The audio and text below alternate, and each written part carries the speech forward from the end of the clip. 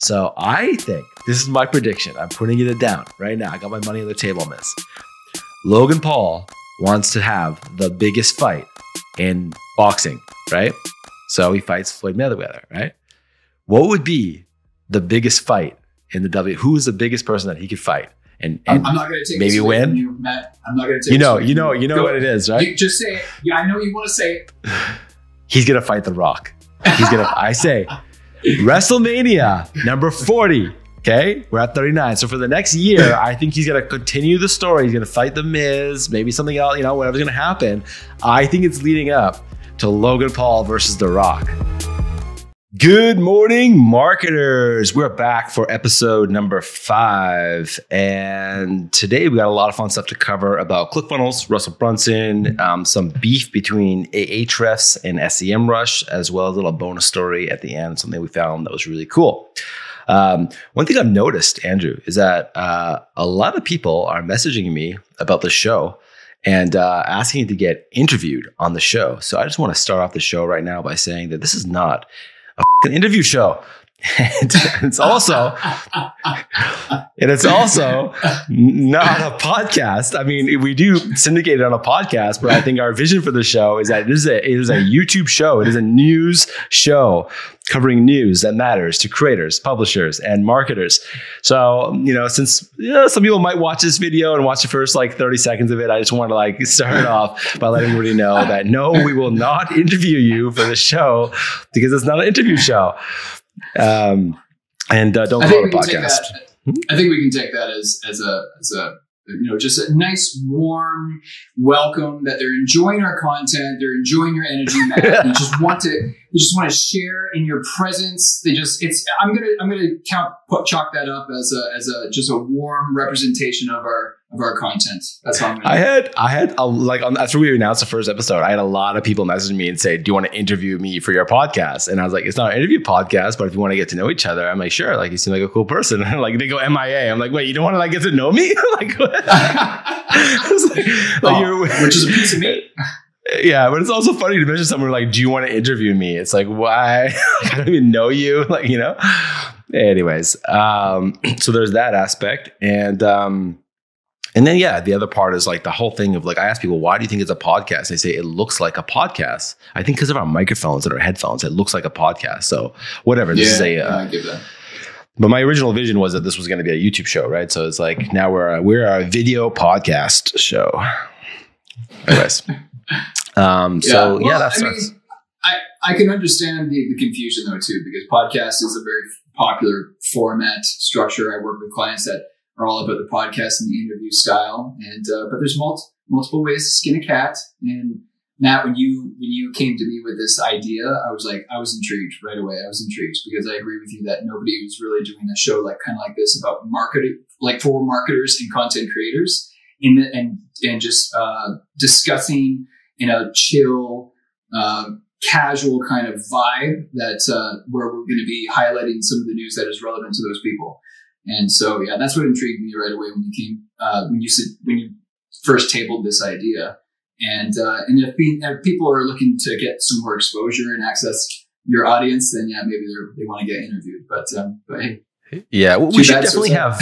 I want to get guests on the show that are going to help talk about different topics. Yeah, guests to help talk about some of these topics. I was talking to a friend of mine. She's really big into the crypto space. And, we have a lot of crypto stories that we want to cover about creators in the crypto space, NFTs, all that kind of stuff. So we're talking, we actually have been talking about putting that together. So I do want to do that show because I think that she's, an expert in crypto and she'll be able to give us more insight into what's going on there.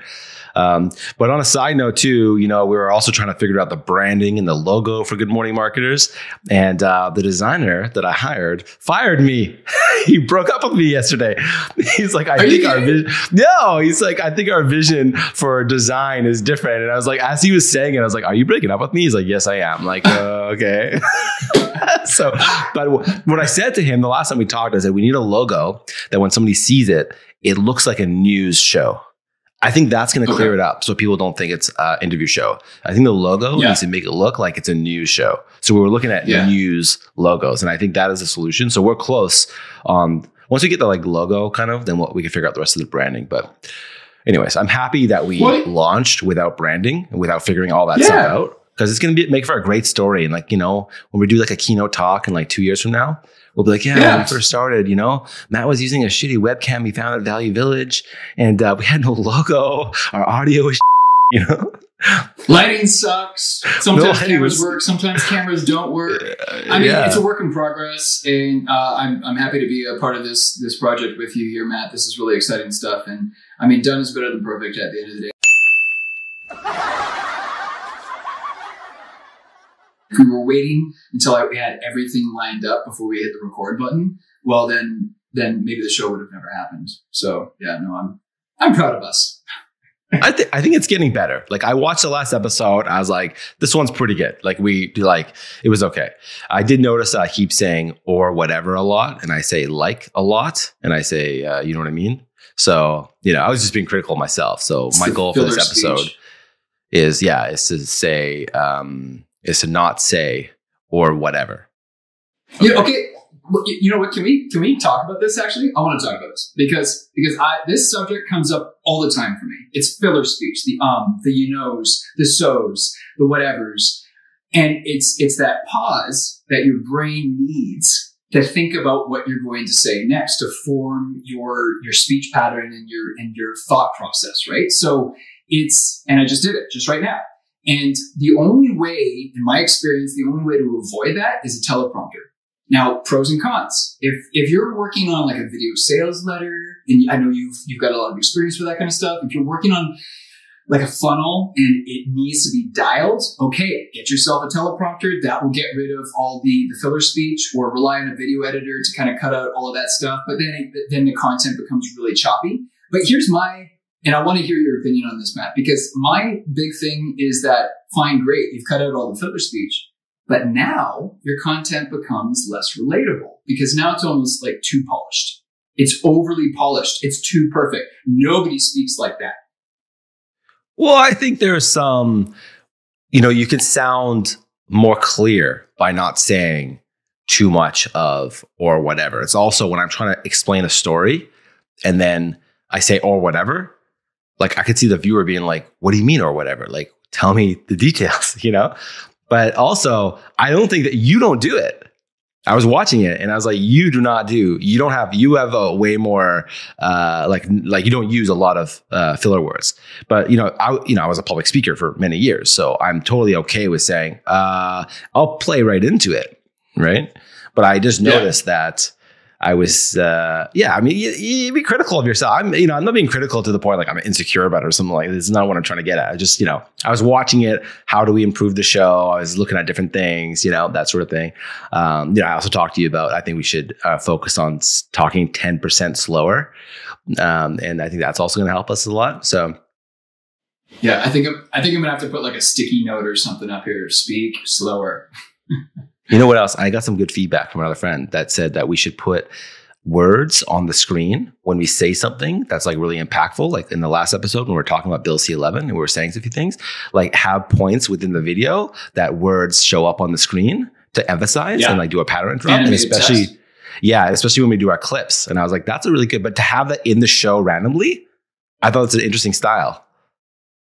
It's not only an interesting style, but you're actually teaching the YouTube AI that much. You're serving it more data, more metadata. So it has an easier time understanding what the content is. Yes, the YouTube AI is listening to us, but when you insert text on the screen, that's actually, how I was telling you that YouTube actually inserts the chapters automatically now without you having to manually input them. Mm-hmm. For my clients, I do have the editor insert and break up the content with some animated text. And I noticed that the YouTube AI will use that animated text to carve out the chapters. Yeah, the time codes. Oh, okay. Interesting. Okay, dude, we got to dive into the ClickFunnels 2.0 release date. And you are way more familiar with ClickFunnels than I am. I used it a little bit back in the day. I experimented. I tested it out.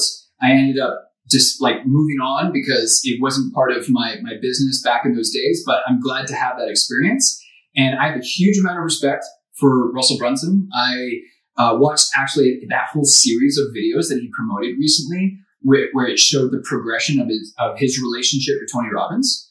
And that actually just gave me even more more appreciation for him and the work that he's put into ClickFunnels and just what he's all about. Plus, he has kind of like that nerdy kind of vibe about him, which I resonate with because I'm a bit of a nerd.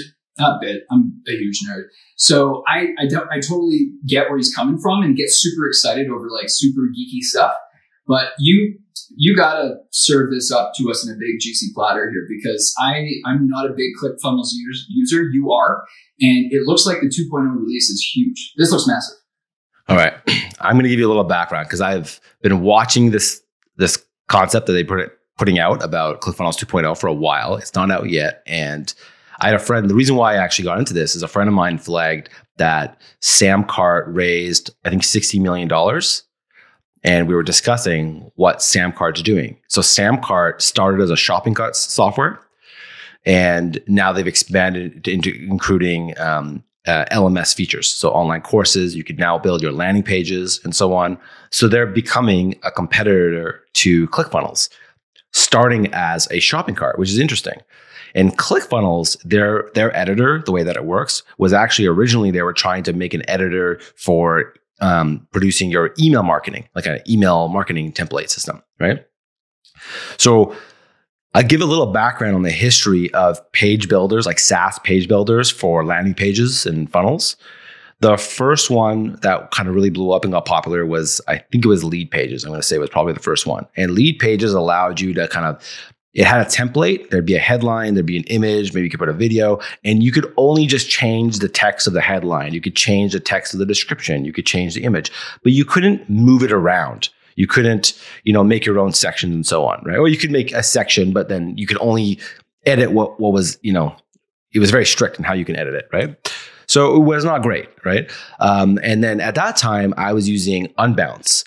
And Unbounce is great because you can just move things around anywhere on the page. You can just take an element and just drag it anywhere, right?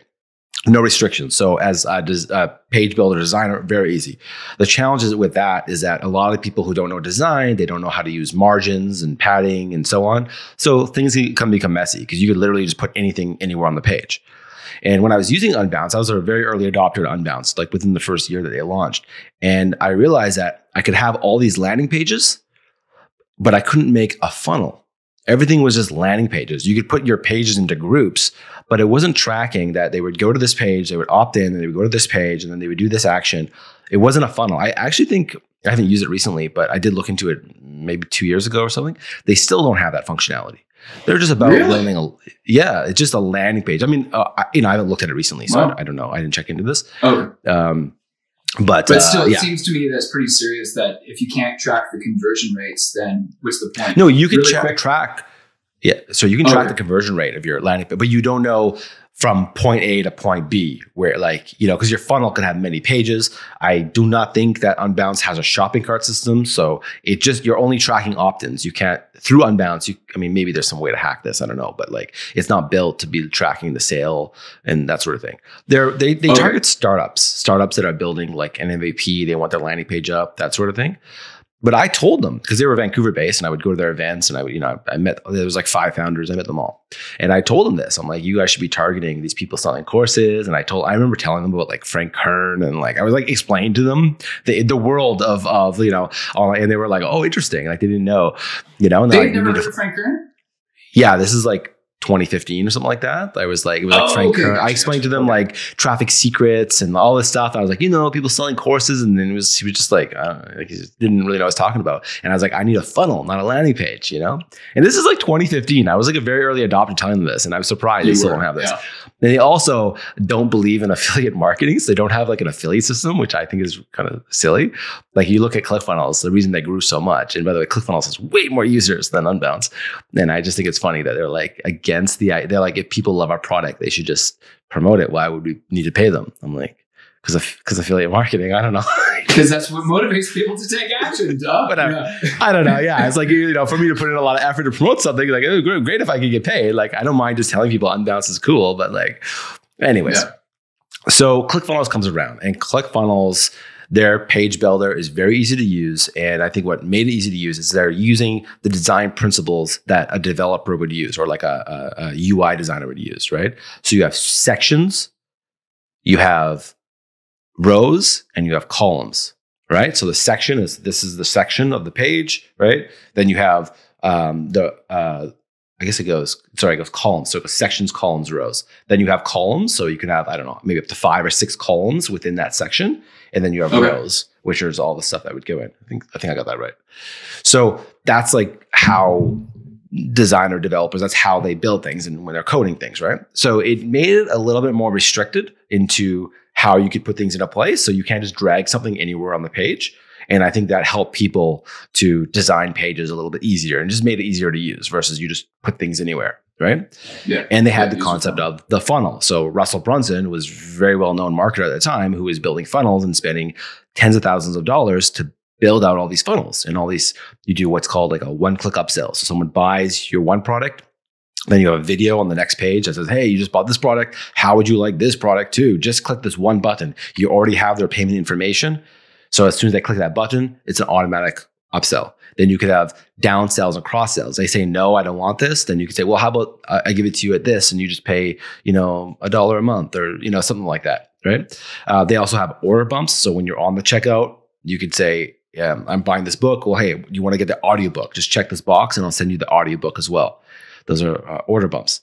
So the shopping cart functionality, being able to like customize everything about your shopping cart was very unique. I believe they were the first people to make a shopping cart that was fully customizable. It's almost like you're building like a form on your website, but you do it with a shopping cart. And then they had the ability to do a PLF sequence, so a product launch formula, which is very, very popular with Jeff Walker popularized the PLF sequence. And back in the day, there used to be what they call like the syndicate of digital marketers that would all promote each other's product launches. And they would all use this PLF sequence. It's a series of 4 videos. There's a psychology to each one of these videos. But to like technically create a PLF sequence was a lot of work and a lot of money. And so with ClickFunnels, you can easily create the whole 4 video formula and do a PLF. You could do automated webinar funnels, lots of stuff. They have, they also have like the 2-step order form, which he was using for his free plus shipping book. So there's a lot of features that people would use to build funnels that are like built into ClickFunnels. So they're very focused on people who are building funnels. So I remember when I was getting into ClickFunnels, I built my whole website. So originally I built my whole website with Unbounce. So when I got ClickFunnels, I built my website with ClickFunnels, and it's not meant for that. But you can have a navigation bar and you just build, instead of having like a funnel, people go from like step A to all the way down. You just build multiple pages. They're basically like multiple landing pages. You just put them all into one funnel, whatever. And people can just click to go to every page and you just build out your page that way, right? Mm-hmm. Trying to make a blog on ClickFunnels, pretty much not possible. It would just be ridiculous. You'd have to build a page for every blog post. It'd be silly, right? But a lot of people talk about this, and I remember Russell Brunson saying, like, we're not going to make an editor for websites or blogs because we're focused on funnels. I remember him saying this. I was like, he was so adamant that like ClickFunnels is not this or that. It is a funnel building software, right? So then when I started hearing about ClickFunnels 2.0, I thought it was very interesting that now they're expanding outside this. So what I think happened, he got to the stage, but there was there was a time where I think he was kind of like done being the CEO, right? He had Dave Woodward take over as a CEO, and he was kind of stepping away and doing other things, right? He had kind of like reached the peak of kind of what he wanted to do with ClickFunnels. So I think they were considering selling. Based on watching his vlogs and so on, he went to the Salesforce conference. I forget what it's called. SalesCon? I don't know what it's called. I think they were maybe getting an offer from George Benioff. He's the founder of Salesforce.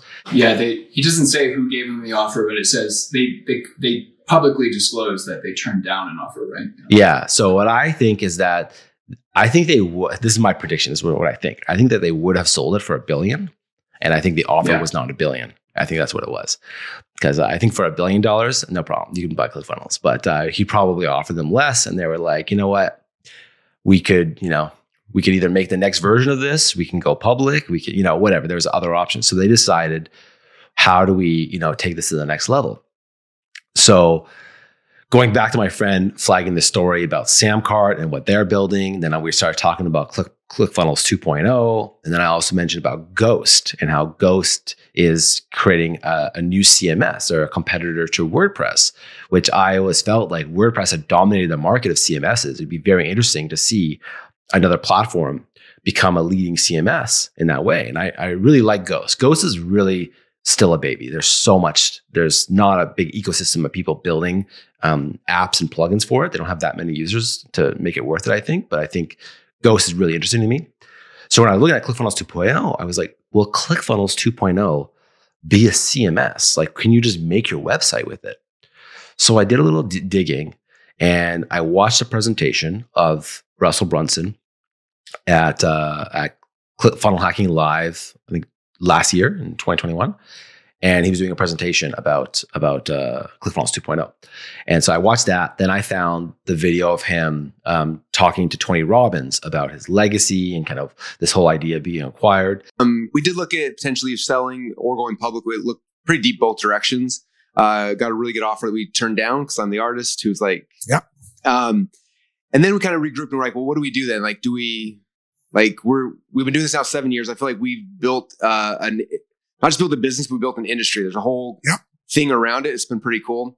One of the things that's come at me a lot is a lot of the people that we built up, that we trained, that we gave these careers to, are now coming and building software to compete with us and seeing the opportunity and coming at us. So that's happening. We started building ClickFunnels 2.0 from the ground up, completely revamped, and we're going to be launching it at our Funnel Hacking Live event in a couple months. I've heard you talk about it before, that like when people are like, they're coming for where you're at, you're like, well, I'm a decade beyond you now. Like that's where we're coming back, where we're coming in and they're cloning what we're doing. Yeah. We're coming out and we're going to be 5-10 years above them with the next iteration. So you see, it's interesting to see his evolution, you know, as an entrepreneur, as a businessman, and also just looking at his legacy and where he wants to take this. So I love that he made the decision to make ClickFunnels 2.0. So I found this article, I'm showing it up on my screen right now, about, you know, there's a sneak peek here at ClickFunnels 2.0. And I want to go over some of these new features and what they're going to mean to creators, to businesses. You know, I think that this is going to change the game. I think this is a big deal. I'm currently not using ClickFunnels as much as I used to, but I would definitely be moving my website and all my stuff back over to ClickFunnels with all this stuff. So the first thing is Funnel Hub, which is going to be, it says right here, the Funnel Hub is the new modern website and funnel building headquarters. It's where you're going to find your backend navigation, right? So that's where he's saying right there, you can build your website and your funnel, right?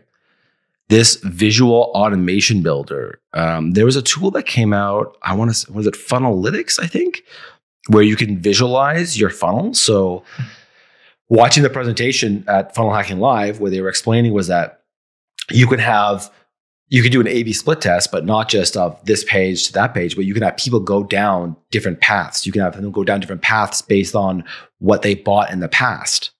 Or you could just do a split test and says if they go down this path, then they go through all this stuff. They go down this path, they go through all that stuff. But can you confirm this for me? I feel like I'm thinking about stuff that I haven't thought about in a long time, but I feel like Funnelytics was kind of frowned upon, and I can't remember why.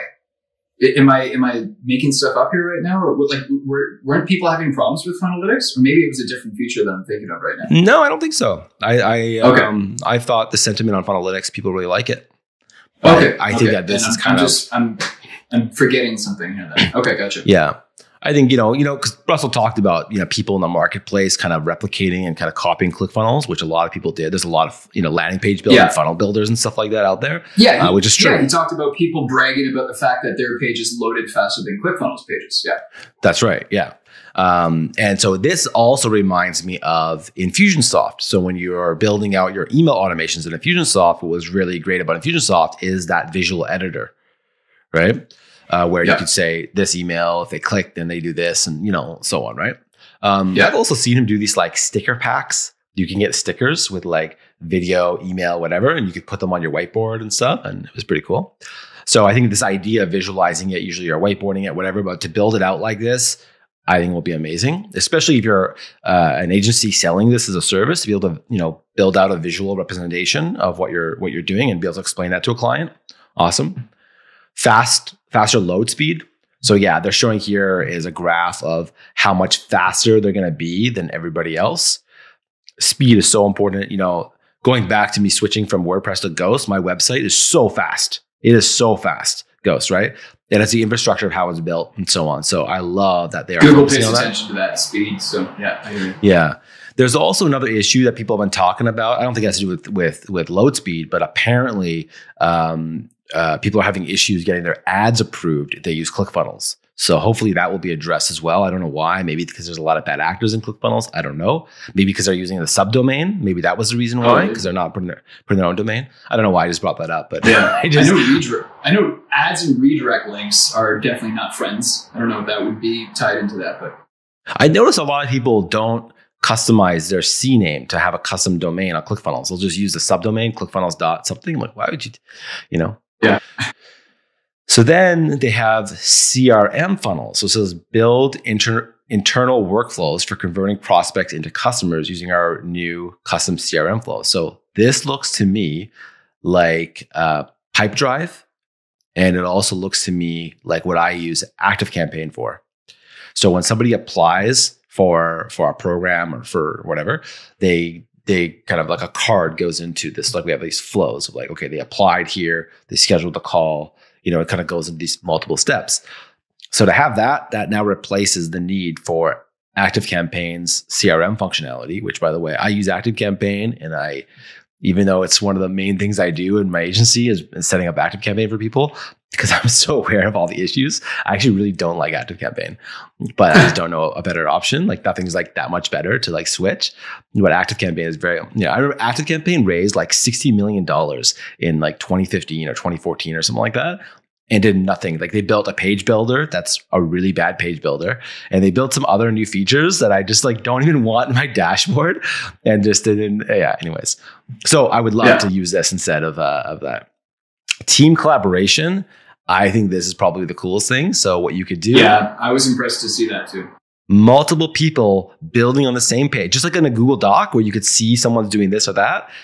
That is over the top awesome, right? Like, because it's no brainer for remote teams, and remote teams are taking over. So yeah, because now if you both log in to ClickFunnels, you could be building one thing, then when you hit save, like it could affect the other. Like you can't work at the same time.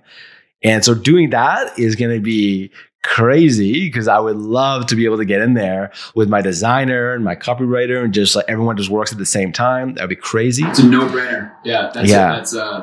I'm sure that was a feature that was being requested. It certainly sounds like, and I'm going to let you wrap this review here up here on that, but it certainly sounds like that they really did listen to their audience. They really did listen to the pain points that were being reported through using ClickFunnels 1.0, and they're now taking a piece of all these different CRMs lunch, because they're now incorporating all these different CRM features into ClickFunnels 2.0 to really house and streamline the entire process into one interface. And there's no denying that that's the way to go. That's brilliant. Yeah. Absolutely.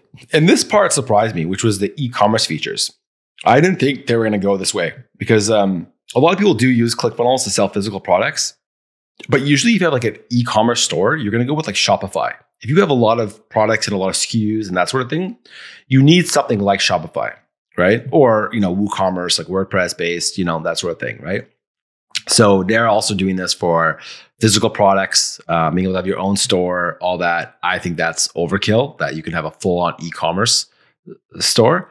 And you could also have, they're calling them cart funnels. So you can go there, add something to your cart, continue shopping, add to cart. This is now competing with Shopify.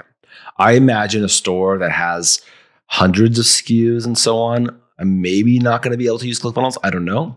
When I used Shopify, what I noticed is that a lot of things, I worked with a client that had thousands of SKUs, and there's like a file you download. It's like a CSV file that you could download. It also works to upload it into like Google Shopping. So I can like download the file and upload it into another platform, and it's all formatted. There's a certain name for this file type.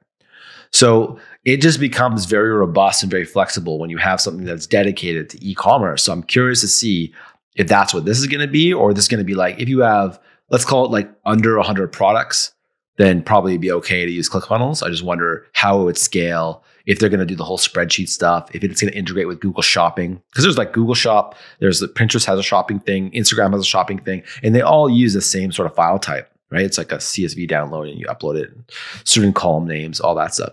So I think that's cool. Then new course builders. So their LMS right now is really basic. So they're going to make a better course builder. And then a blog builder. And that's what's going to really allow you to build your website, is to be able to have your own blog that you can start blogging through the ClickFunnels editor. Crazy. I'm looking at the screenshot right now. It doesn't look like it's going to be a great editor. It looks like a pretty basic editor, but I'm sure they can make it better over time.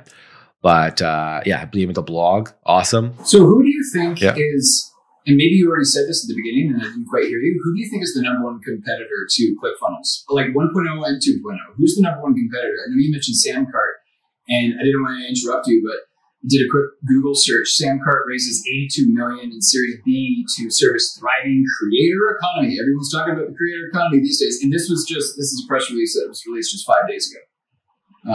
Did you say Samcart is their number one competitor, or did I hear you wrong? No, I just think it's interesting that Samcart started off as just a shopping cart. So you could just embed your shopping cart into any page, right? I used them originally when they first launched. So it's just interesting that they go from shopping cart and then they build out landing page builder and then LMS. And now they could be considered a competitor to ClickFunnels. I would say the main competitor is probably Kajabi, because Kajabi is very focused on the course part, the LMS side, and they have some community features and that sort of thing, but their page builder is not that great. I personally am not a fan of Kajabi. I think Kajabi is way overpriced for what it is, and I don't like the idea of being locked into the ecosystem. Yeah, you just said it. Has ClickFunnels 2.0 disclosed their price? I actually don't know. I haven't found it. No, but let's talk about that after. I'm going to tell you what I think the pricing is going to be. Gotcha.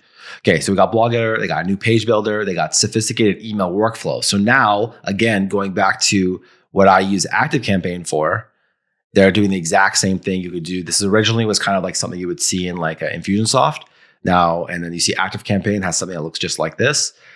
So I think that's going to be awesome. I would love to ditch ActiveCampaign. I just want to say that currently, ClickFunnels has something called Actionetics.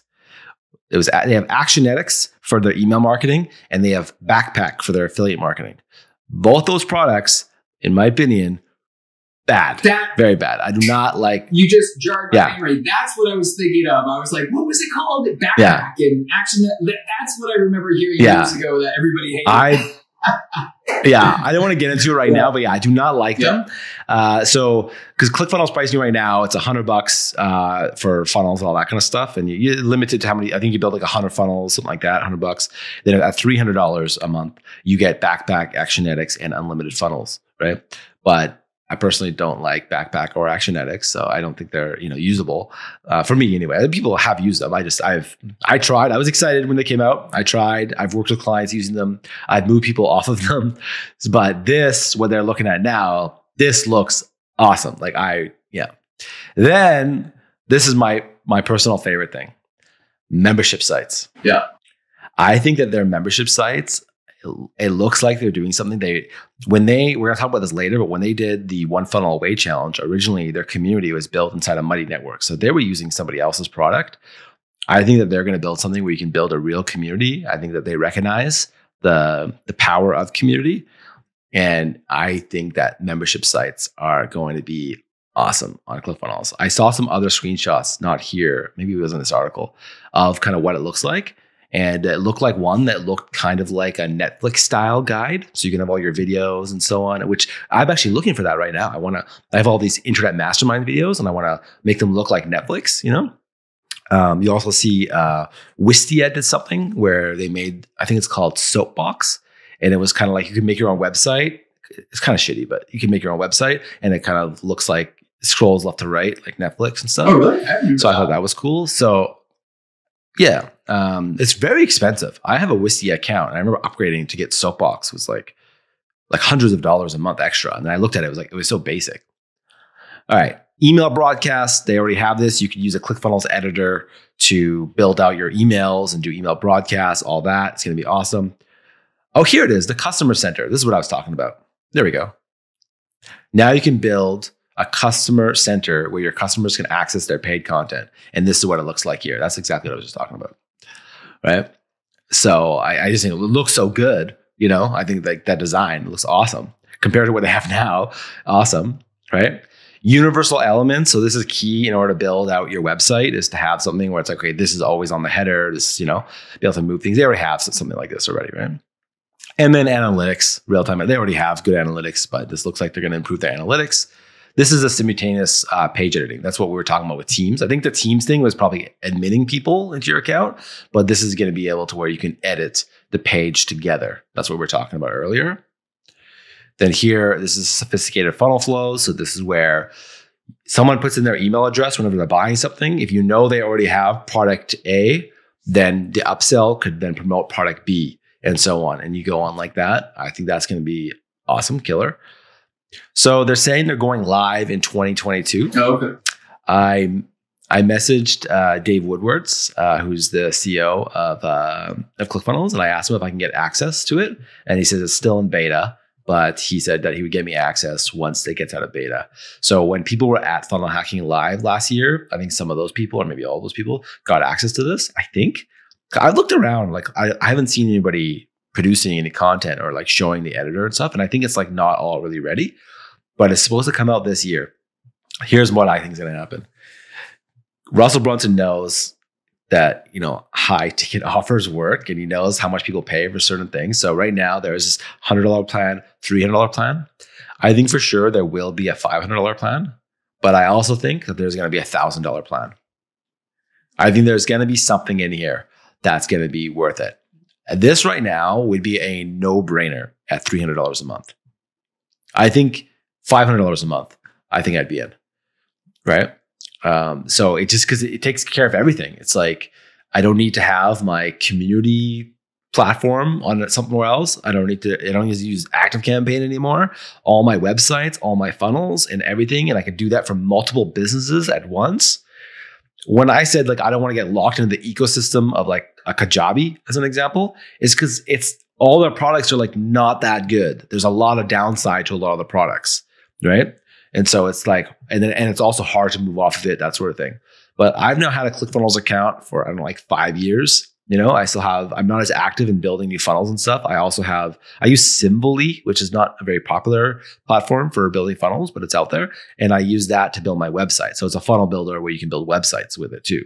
And that's what I've been using. And because I feel like there's a longevity play here too, isn't there? Because they had the opportunity to sell, and through that coaching and guidance and mentorship he received from Tony Robbins, he basically said no. He planted his stake in the sand and said, no, this is my baby. I'm going. And then they basically had to look at each other and say, okay, where to now? If we're not selling, what are we going to do? And they completely redesigned it from the ground up and made it 10 times better, and basically blew their competition out of the water and said, listen, now maybe your site loaded faster than ours and blah, blah, blah. And now we're 5-10 years ahead of you. So there's kind of a longevity play here too, because getting locked into ClickFunnels 2.0, whatever the price point ends up being, it's kind of like, you know, Russell Brunson and the other key players are in it for the long haul. Yeah. No, I think that they are going to stick it. I think they're probably going to go public, I would imagine. And that's how they're going to kind of get to the next level with ClickFunnels. So I'm very excited about ClickFunnels 2.0 now that I've really dived into it. I think it's going to be a game changer in the industry. Agreed. Moving on.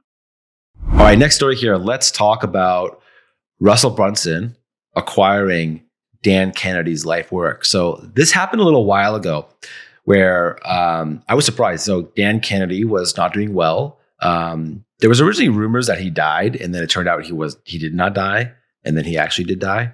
There was something like that. I'm actually not even sure. That's the weirdest story out of this whole thing too. Like when Frank Curtin sent Russell Brunson audio note, dude, I got some really bad news. You know, Dan Kennedy died last night. Like, how does that even happen? How does a rumor spread that you're dead? It's weird. I'm not dead, guys. But that's the weirdest thing. Like, how many times in history has that happened when a famous person dies, but not really? I don't even know if he died now. Like, is he still alive now? I'm not confused. Oh, geez. I'm confused by this now. Now I gotta Google this. Yeah, I know. Well, it's gonna be hard because there was all these rumors. So for those who don't know about Dan Kennedy, Russell Brunson made a really great video. I'm gonna edit this down just so you guys get a really quick glimpse about Dan Kennedy and who he is. For me, as like probably Dan's biggest fan, I'm so honored to have a chance to be able to take my mentor's work and be able to take this and pass it on to the next generation of marketers. I was 20 years old when I ran into this stuff, and it changed my life forever. I want to be able to bring that to the next generation of entrepreneurs and help change their life as well. That's number one. But number two, and more importantly, is for you guys. Like, I want to be able to take these principles from Dan and give them to you so you have a more holistic understanding of business. Right now, all the things that people are teaching on the internet are these tactics, like the things that are here that work today but are gone tomorrow, the fleeting things. The reason why I've been in business for over 2 decades now, because my business was not built on these fly-by-night tactics. It's because I built it on a solid foundation, on strategies, the best marketers in the world. And so I'm going to be giving you guys these strategies from Dan to be able to help grow your e-com business, for you to be able to take your coaching businesses and grow them and scale them at levels you never thought were possible. Dan changed my life, and he's going to change your life as well. So as you can see, Dan Kennedy was a legendary marketer. I remember studying his stuff when I first got into marketing. It's the foundational stuff of marketing. Anyone who gets into marketing, I highly recommend you look into Dan Kennedy's work. When I first started watching him, I found it was kind of boring to listen to, but the more that I got into, I love the way that he diagnoses I remember this concept of like, you want to be able to like see through the eyes of your customer, right? This idea of like seeing through the eyes of your customer. So it's really like the psychology. It's the psychology of marketing, I would say. I don't know. There's a lot of great concepts that Dan Kennedy shared. And I think it's interesting that Dan Kennedy is a creator, right? He's a creator, and he was creating this, marketing content. Back in the day, people used to sell marketing courses like from the stage. You go to a live event, you go to the back of the room now and buy, right? Maybe you have like an infomercial, call now and buy, right? Old school stuff, but that's what a creator was, back in the day. He was a creator. He was a creator in the business space, right? And a legendary one at that. So it's interesting to see that you could be a personal brand and create content for your life, and then sell it. He sold, like, it's his personal brand. It's his name. He has a company called Magnetic Marketing, and Russell Brunson bought Magnetic Marketing and all of Dan Kennedy's life work. They actually talked about how he used to have an old website or blog. I think it was on magneticmarketing.com. And they actually went in the Wayback Machine, which is where you can go to see old pages of a website. And they went and they found all of his old blog posts, and they republished it. I think it's on. Can you double check that, Andrew? I think it's on magneticmarketing.com. So that's why I think this is so interesting, is that like a lot of times we talk about like you can't scale a personal brand or you can't sell a personal brand, right? I remember hearing about Brian Tracy. I met someone whose father bought the international rights to Brian Tracy. So Brian Tracy licensed out his content to be sold anywhere outside of America to some other person. I don't know who it was. It was someone I knew, right? So that was another way where like a personal brand can be sold, right? But it's also great that he sold it to Russell, and it's interesting to see how Russell is using it.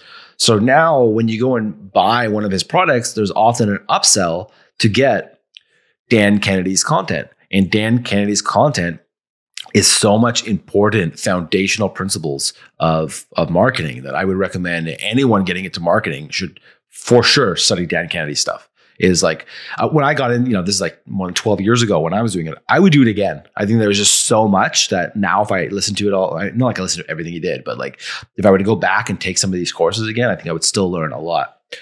So I think it's interesting how he's using it, how he made Dan Kennedy's legacy come back alive. If Dan Kennedy would have passed away and was gone, it's kind of like, oh, he would have been, it would have been that. Some, people who've been in marketing would know who he was or, that sort of thing for some type period of time. But by Russell, he's reintroducing it to all these people who are just getting into marketing now, who are just getting into the creator space now. And I think it's just the information that Dan Kennedy shared is so important for people to understand. People who are in marketing or getting into marketing. And the other interesting acquisition. Sorry, go ahead. I was just going to say I'm ashamed to admit that I haven't read any of his books, haven't taken any of his programs, but based off of the prep some of the content that I reviewed here recently, it certainly sounds like every single marketing expert that I have studied, that I have dug deep into, studied from him. That's true. So I feel like I've indirectly studied from Dan Kennedy, but now it's certainly time. I need to carve out some time to actually learn it from the horse's mouth, because it sounds like a lot of these concepts, a lot of the psychological, behavioral aspects of marketing all come from Dan Kennedy, which is crazy. I mean, I would love to learn like who he studied now. Like I would love to know who mentored him. You know? Yeah, actually, I don't know. I think he was somebody who was like he was creating a lot of these new concepts. I think that's why he was creating new ideas. That's why he was so legendary versus rehashing. The other side of this too is like I've noticed a lot of creators in the business space rehash information from old school marketing people, and they as if it's their own. I won't mention any names, but it happens a lot, you know. And it's like, yeah, I really don't like it. There was one guy, I remember he got called out big time for like how he was like verbatim copying people. And Russell Brunson's talking about just recently, and it's like one of his recent podcasts, how he was going into the public domain. So content gets into the public domain after it's been around for, is it like 100 years or something like that? So he was talking about how he was going in and looking at people that were in business and personal development, and then looking at some of this old content. And so as someone who's a creator, if you're putting out, you know, new stuff, it's great to look at public domain to see what people were talking about before. And I was also thinking about, why do they have public domain? You know, like what is the benefit? And I think it benefits society because after 100 years, it will be forgotten if it's kind of like you're legally not allowed to use it, whatever. But by allowing people to go back and kind of resurface it, you go back, because there could be ideas from 100 years ago that are forgotten, that by us, there's a benefit for us to go look into this, find something interesting, and then bring it back up. But I do think you should credit the person you got it from, right? Okay, so I had to do this research here recently, so let me just jump in here quickly. Shout out to Legal Eagle, probably the #1 legal YouTube channel on the planet today. Anyway, so I got this from him. Copyright is not infinite. It lasts up to the author's life or plus 70 years. It's a copyright. A patent will last up to 20 years, and a trademark can last forever. It's more about the trademarks are typically used to prevent consumer confusion. That's how those three terms are. And I literally had to just learn this recently. Oh, interesting. So after you die, then 70 years. Or is it 70 years? The way it's worded here is it lasts up to the author's life or plus 70 years. I don't know how the copyright would need to be filed, but there might be like 2 options there, I guess, like a box for them to tick. Well, no, but that's weird. But like Dan Kennedy was incorporated, so Magnetic Marketing, I assume, owned his content. So even if he dies, whoever owns Magnetic Marketing would then own it. So I wonder how that, you know, because if a corporation, if a corporation owns the copyright, then you know, how would that work? So, but yeah, because that would suck if if you make all this content and then you die and then everyone could just take it, and like, what if you have family and like, you know, we should have looked into this before we made this. Now that we're talking, we probably should. Yeah. Full disclosure, not lawyers. We're not lawyers. Yeah. we're marketers. Yeah, we should look into this. So I just thought it was interesting that Russell's talking about looking into the public domain content, doing that, resurfacing this old stuff that Dan Kennedy made, and now he is selling this, and I'm sure he's going to make a lot of money doing this. He did the same thing with John Reese's Traffic Secrets 2.0. So for those who don't know, Traffic Secrets 2.0 was the first course, I believe I'm getting this correct, it was the first course to do $1 million in a day in sales. And that came from what we talked about earlier, which was the syndicate that was promoting these PLFs, the product launch formula, right? So that was like, I think at that time was like StomperNet was like Frank Kern, Andy Jenkins, and I forget his last name, Brad something. He went away. And then there was like Evan Pagan was in this thing. And Jeff Walker. And so they would always promote each other's things. So then when Traffic Secrets 2.0 came, John Reese was the one who originally was doing PLF sequence, and then Jeff Walker formalized it. I think that's how that went. But anyway, so Traffic Secrets 2.0 was actually the first internet marketing course that I ever took. So I had a group of friends. Somebody had the set. I think they were DVDs or CD-ROMs or something. And we sat for a weekend watching all these videos that were explaining different concepts of marketing, right? This was SEO. This is how blogging works. This is how affiliate marketing works. This is how forums work. And like it went on. So Russell Brunson had this book series. There was .com secrets, there was expert secrets, and then there was traffic secrets. And of course, the name Traffic Secrets. I don't know whether or not John Reese like had trademarked that name or whatever. I'm not sure how that worked, but I guess because he wanted to make the book Traffic Secrets, so he bought John Reese's Traffic Secrets 2.0. I guess the name, I don't know. And then I don't know if he's like repackaged and sold that because it would be an outdated course. It's very old. So again, but it's a legendary program. I guess what it did is it creates that story. It's a story of like, this is the original course that did $1 million in a day. But what's more, I just want to throw this out, kind of last part of the story is that even though Traffic Secrets 2.0 was, the first course to do $1 million in a day, I feel like it was $1 million in a weekend. So I just want to throw that out there, but I'm not sure if it was a day or it was a weekend. I remember before I said it was the first $1 million launch, and someone corrected me. They're like, no, it was like, I can't remember what they told me, like it was in a weekend or in a day. Anyways, but then a couple of years ago, Russell Brunson was speaking at Grant Cardone's 10X conference. And this was big news at the time. He did a 1-hour presentation and sold $3.2 million in sales. Who knows because there's always going to be some refunds or whatever it is, right? But nonetheless, in a 1-hour presentation, over $3 million. So it was big news across the industry. Everybody was talking about this, because he went in there and they also had like audio issues and all this kind of stuff that was going on during the event. And then he came back the next year and then he did another pitch for how to sell from the stage. And so he did another course about how to sell. So I thought that was like, because he played into the story, right? Hey, last year I was here, I sold $3 million. And now if you want to learn how to do it, take my course. That's brilliant. So there's no better way to do that. There's a lot of people out there who talk about digital marketers doing sales funnels and call them fake scarcity tactics or whatever.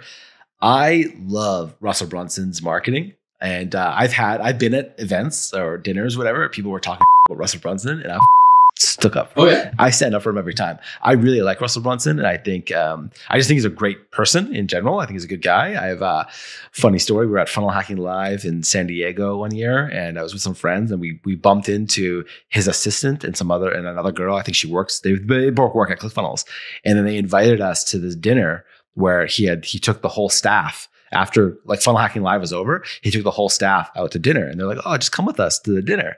And so it was me and like 3 other friends.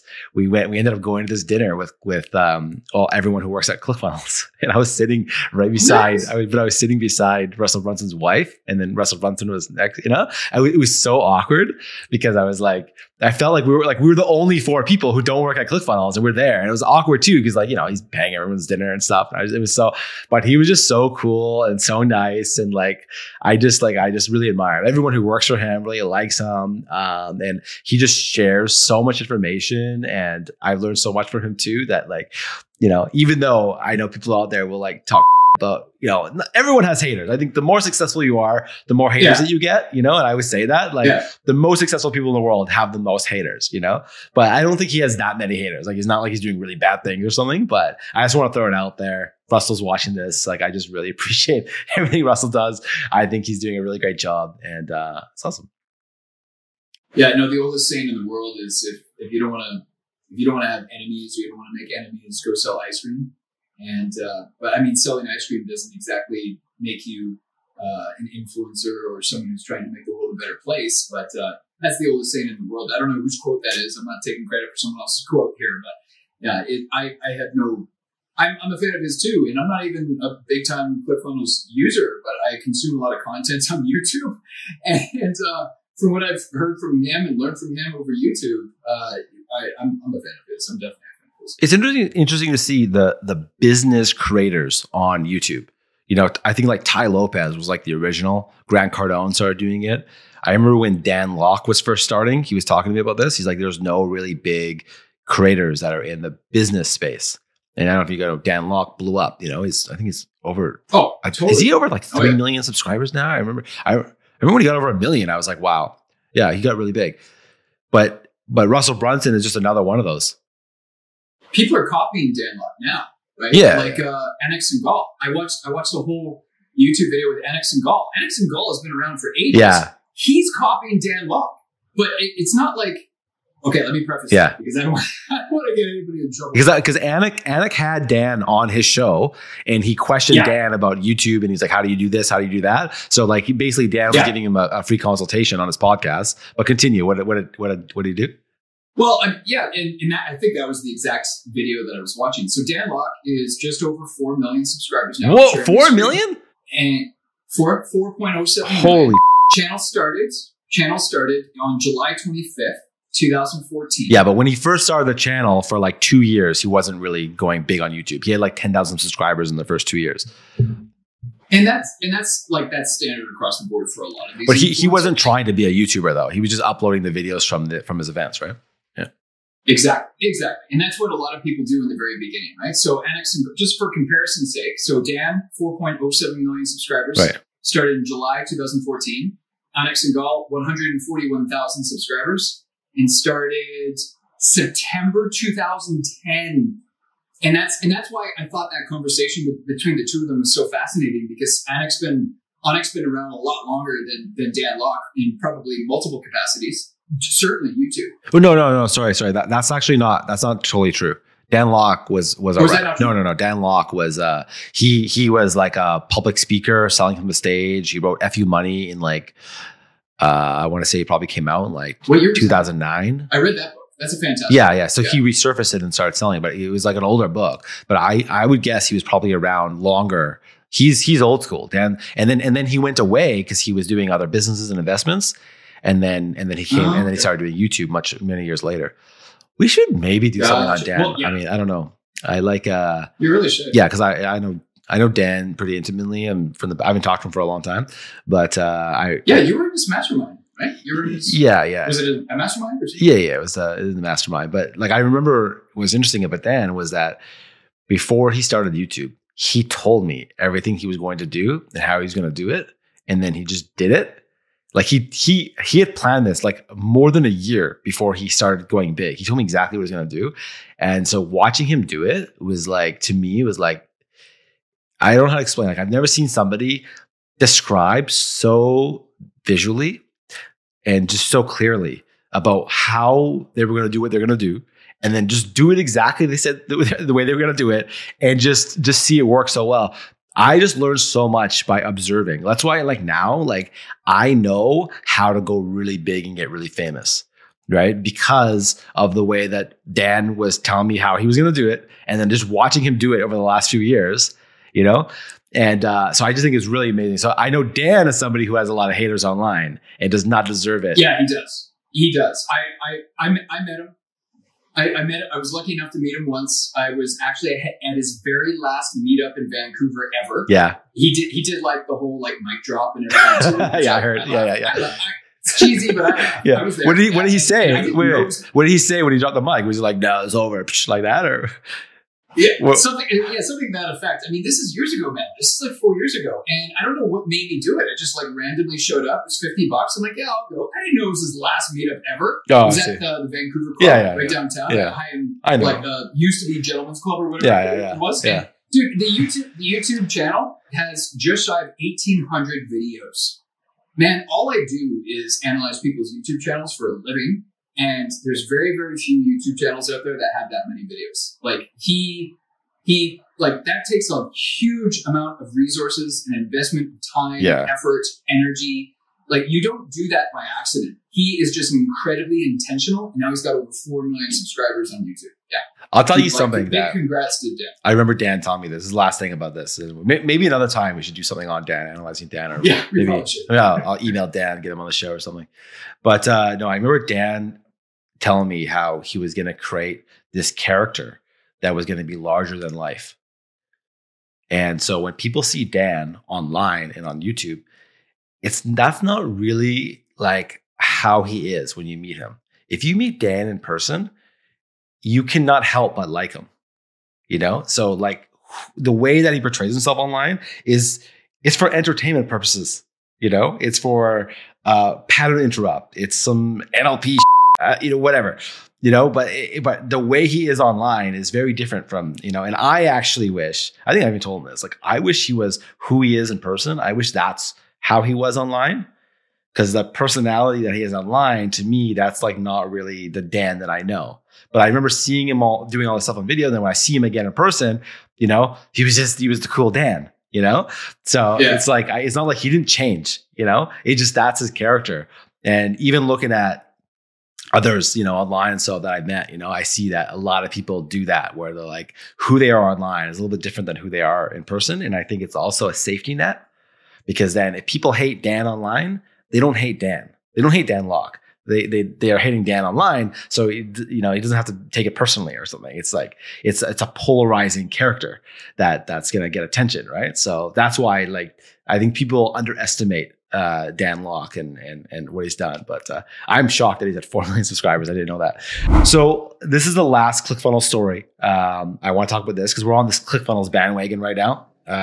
And I thought this is really cool. So what it is about how the OneFunnelAwayChallenge helped ClickFunnels surpass their cap of having 70,000 users. So I think back in 2016, maybe it was 2018, I tried to find it. I could not find this. Russell Brunson was on his podcast talking about how based on some mathematics that him and his co-founder were talking about, based on the churn rate and their acquisition rate, that they could never surpass 60 or 70,000 users. Okay, because they had a certain churn rate, how they were acquiring people, whatever, they couldn't get past 70,000.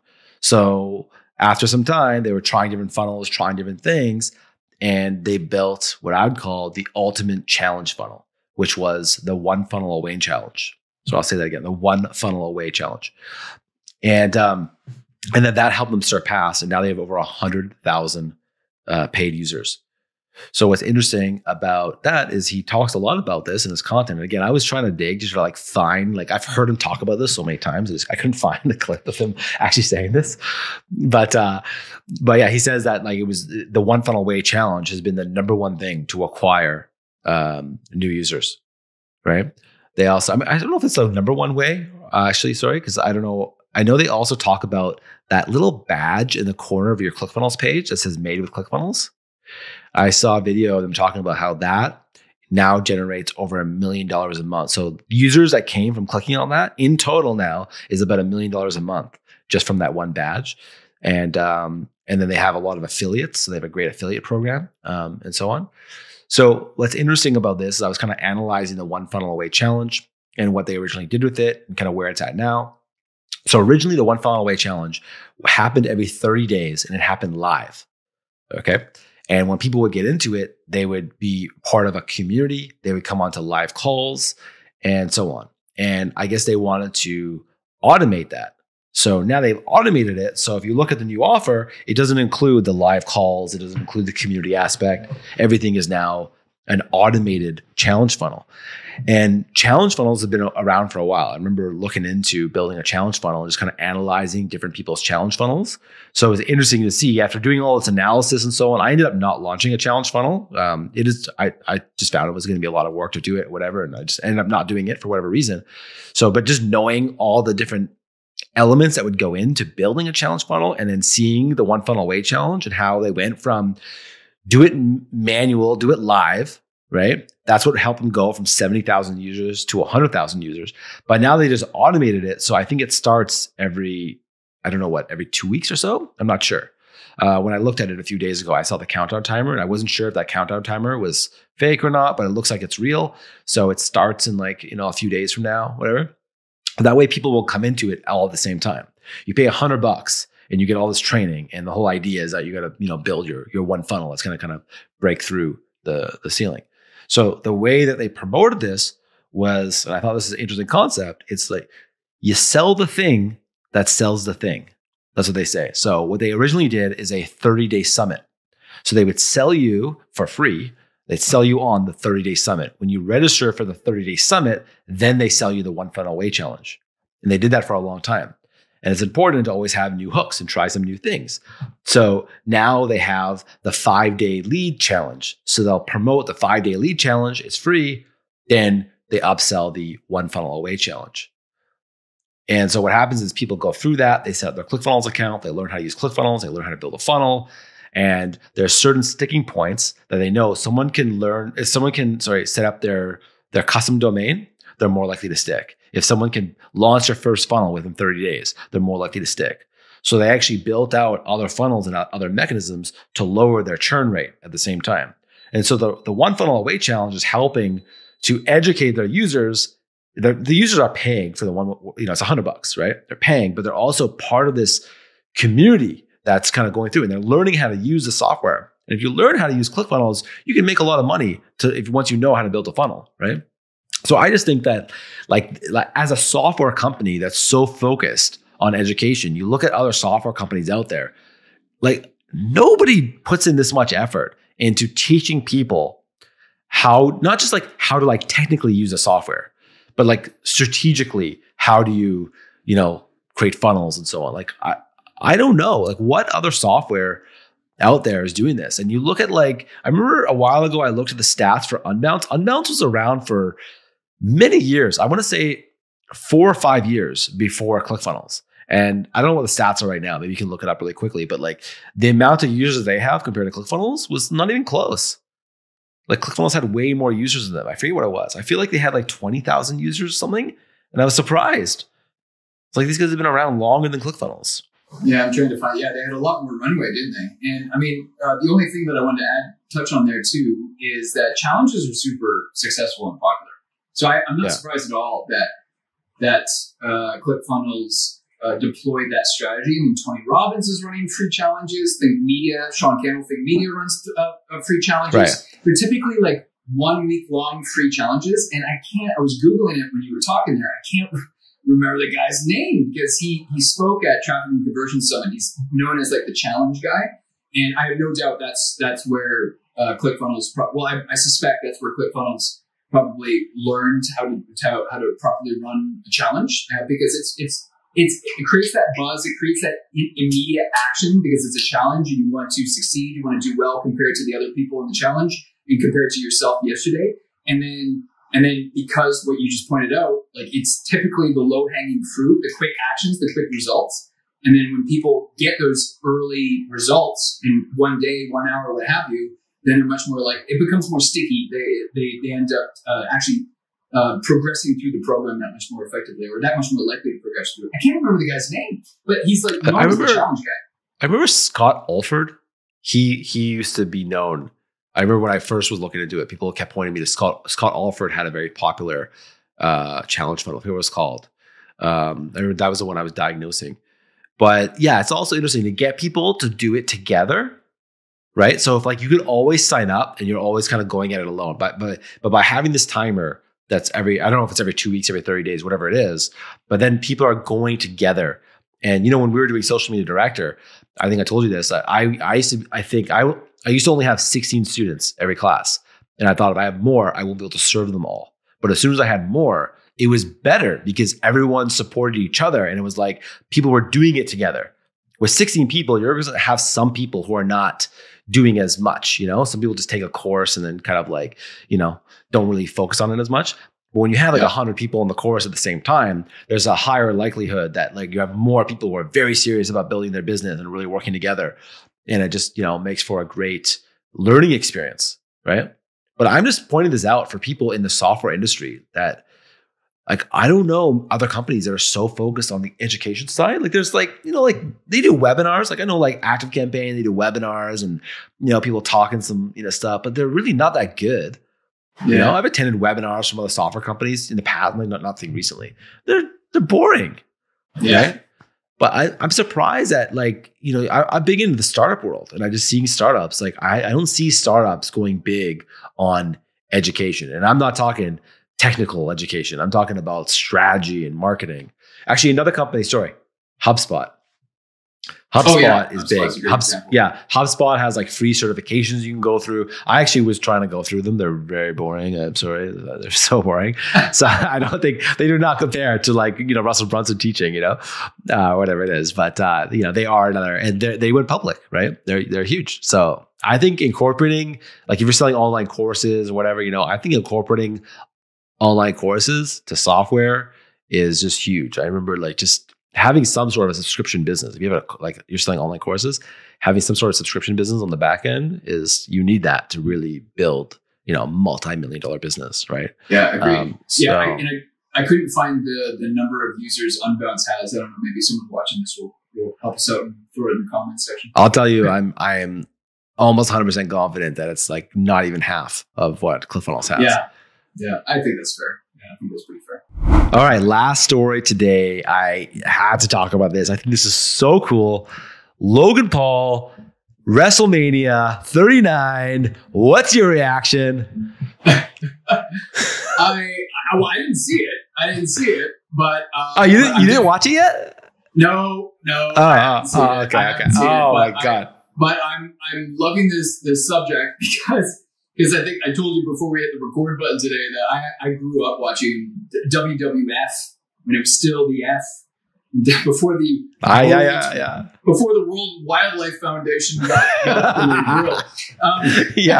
So I grew up on this stuff, and I when I watched the YouTube video that you flagged for me about Logan Paul addressing this and the boxing and the wrestling and all the things, like, say what you want about Logan Paul, but man, the guy's got guts. The guy's got balls. Like, whatever he sets his mind to, he goes for it. And I got a huge amount of respect for that. I haven't seen WrestleMania 39, but yeah, I want to share some more in a minute here, but like, bring us up to speed, Matt. All right.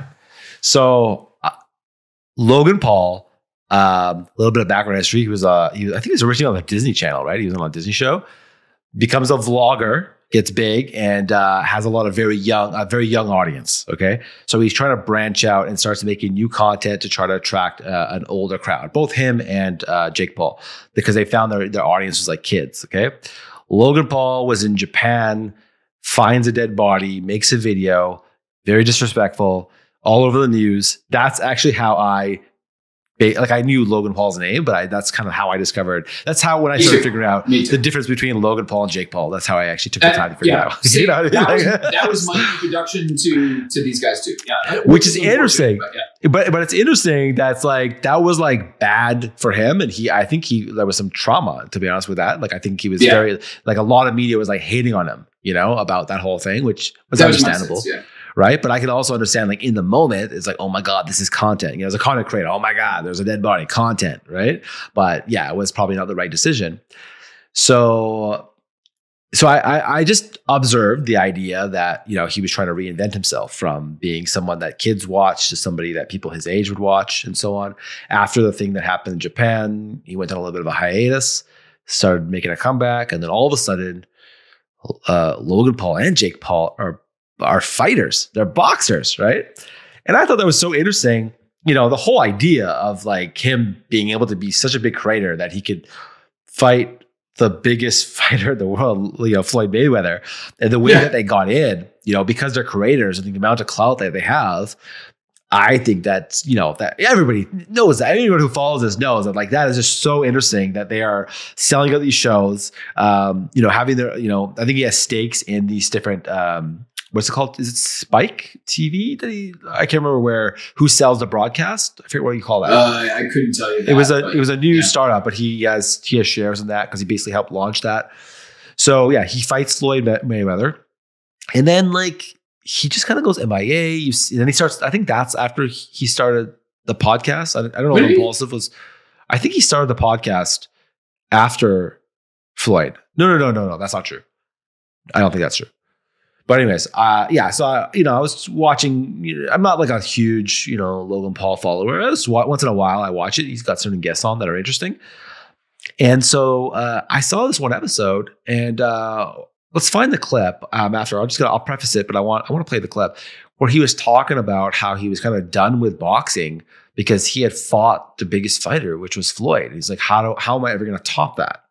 Right. And who knows if he keeps on going on with his career and he keeps on fighting, like eventually he's going to lose or fight, you know, whatever. But by quitting at the top of your game, it's like, I was surprised. I thought he was going to stick to boxing now. I thought he was going to be a boxer for the next, 5+ years until he couldn't fight anymore, basically. Right. So when I heard that, I just thought it was interesting that like he felt he was done with boxing, but Jake is not done with it. Jake is ready to go. He hasn't fought. I think Jake wants to fight someone like Conor McGregor. Look at that. I remembered his name this time. I think, Jake wants to get his big fight and then probably he'll dip too. But like Jake Paul, like you look at him fighting, like he's like a legit, like he's a strong fighter, right? I think a lot of people look at him and like he knows how to fight. But getting him in the UFC would be interesting, but who knows? And the way he starts beef with Dana White and the way he's starting beef, like he's so interesting to see. So yeah, so let's find this clip because I want people to kind of see what I mean. Like he seems like he was almost like just done with boxing.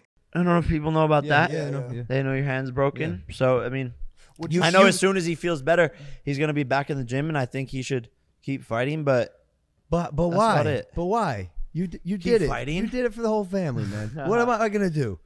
What can I do? Does it get like you raise the bar so high? But we need it. You need it as the person that you are. You need competition and that fight. No, I do. I feel it every time you have a massive fucking knockout. Because like, bro, I'm envious. I think it's so cool. Just boxing has implications. Boxing has health implications that I actually am slightly concerned about. The decisions we make in our life aren't always based on money or attention or clout. But I feel that my brother has checked a box for the family, and I'm so satisfied with like, bro, we did some pretty sick things for boxing this year. You fought Floyd Mayweather. So like I never box again, really, and be totally fine with it. So yeah, I mean that's his take on it now. I think I think it's interesting that he's now gets to reinvent himself again. And so I remember seeing that, thinking that, that's interesting. He's not going back to boxing. And then I see he's getting into wrestling and he's at WrestleMania 39. And the reason I thought this is so funny, first of all, as soon as I heard that, I was like, okay, I got to watch this. So I watch, there's some clips on YouTube and stuff like that, but like you see what he did and how he fought. And it was very entertaining. It was very funny. And what's so cool about this is that this whole idea of celebrity boxing and fighting in a real fight, is a little bit like you got to be a trained fighter. But in wrestling, he could fight anybody. Anyone who's got, like he could fight Will Smith or whatever, right? Or, whatever. So, but literally like that's what's so interesting about call him a celebrity or a creator getting into this space, because it's hard to like get to real celebrities to fight in a boxing match where you could really get hurt. Whereas like wrestling is pretend, but it's fun to get involved and like pretend it's real or whatever it is. Right. Yeah.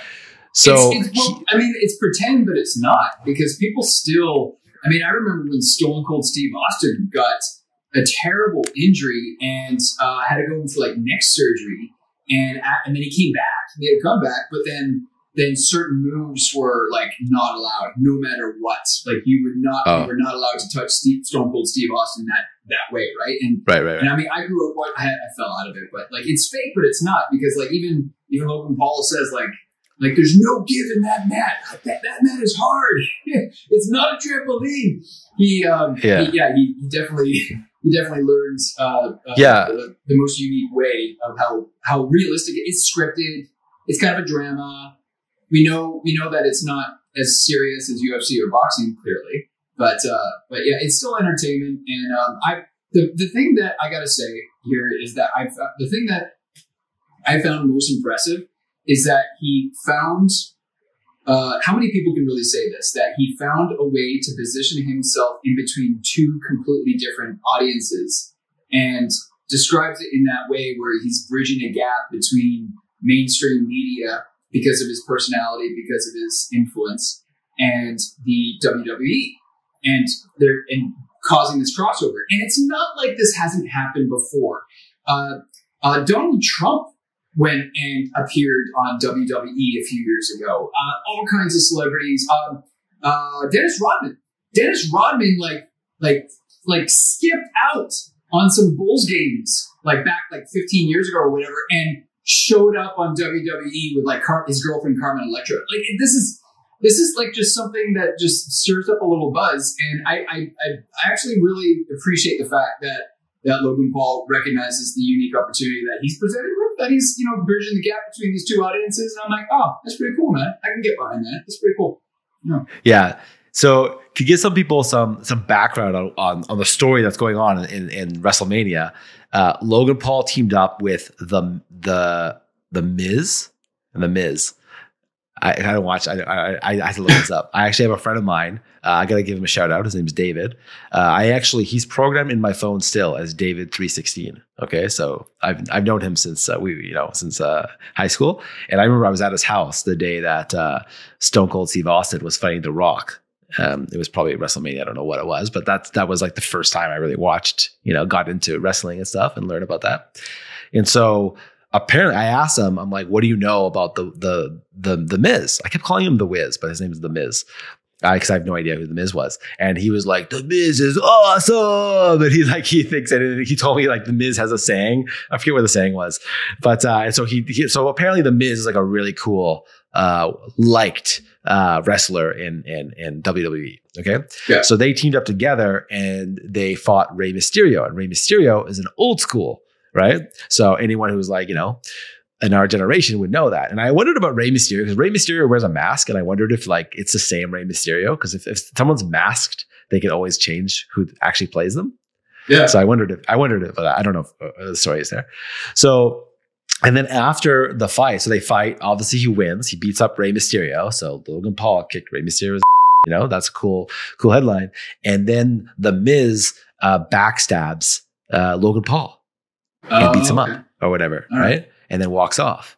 And that's how it ends. So the next fight is going to be Logan Paul versus The Miz. Okay. So I think, this is my prediction. I'm putting it down right now. I got my money on the table on this. Logan Paul wants to have the biggest fight in boxing, right?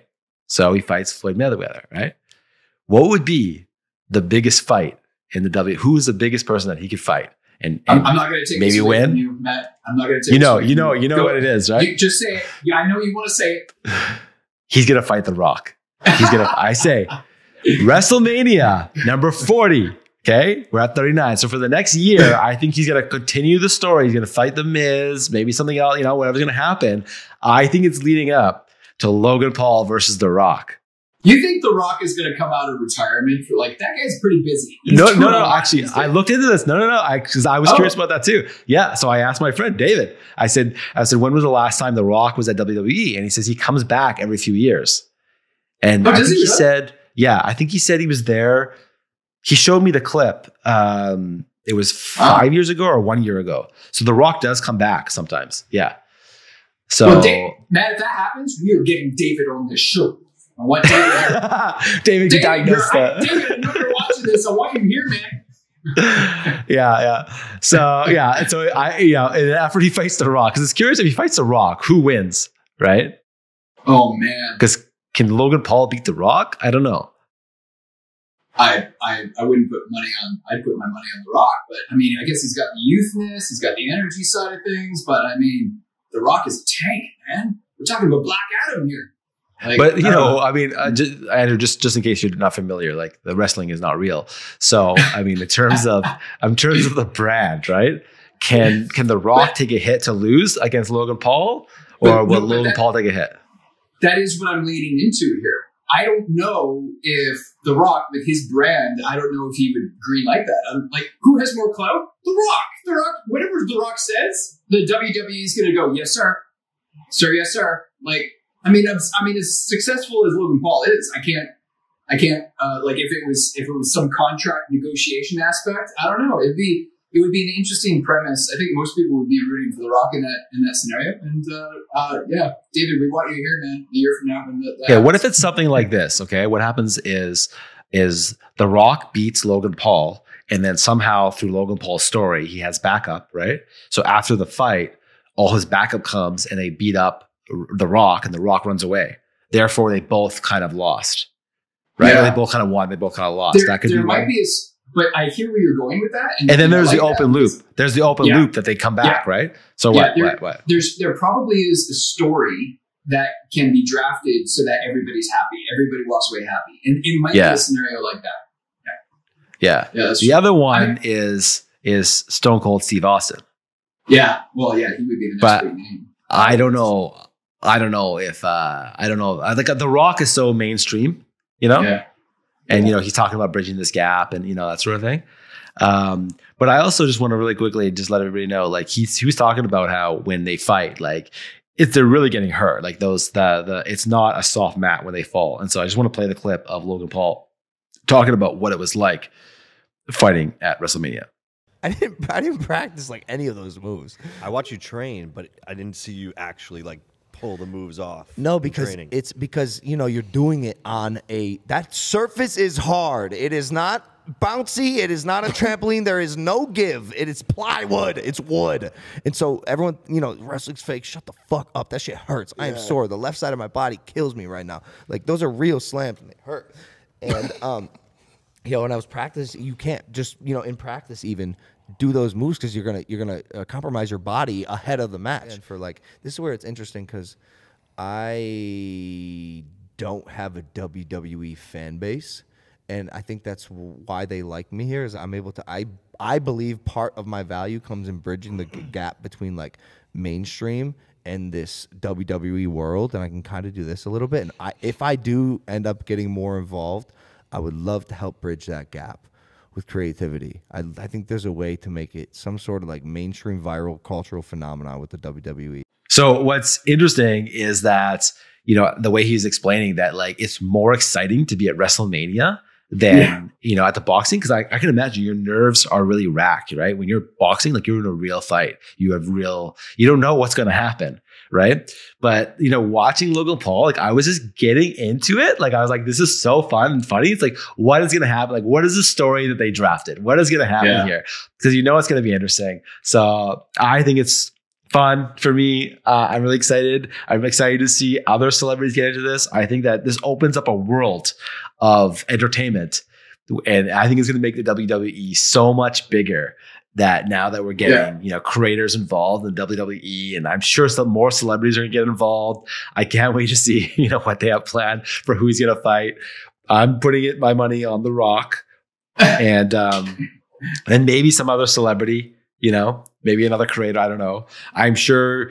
Oh, what if The Rock beats up Logan Paul and then Jake Paul is in the audience, jumps up, and Jake Paul and his crew chase out The Rock.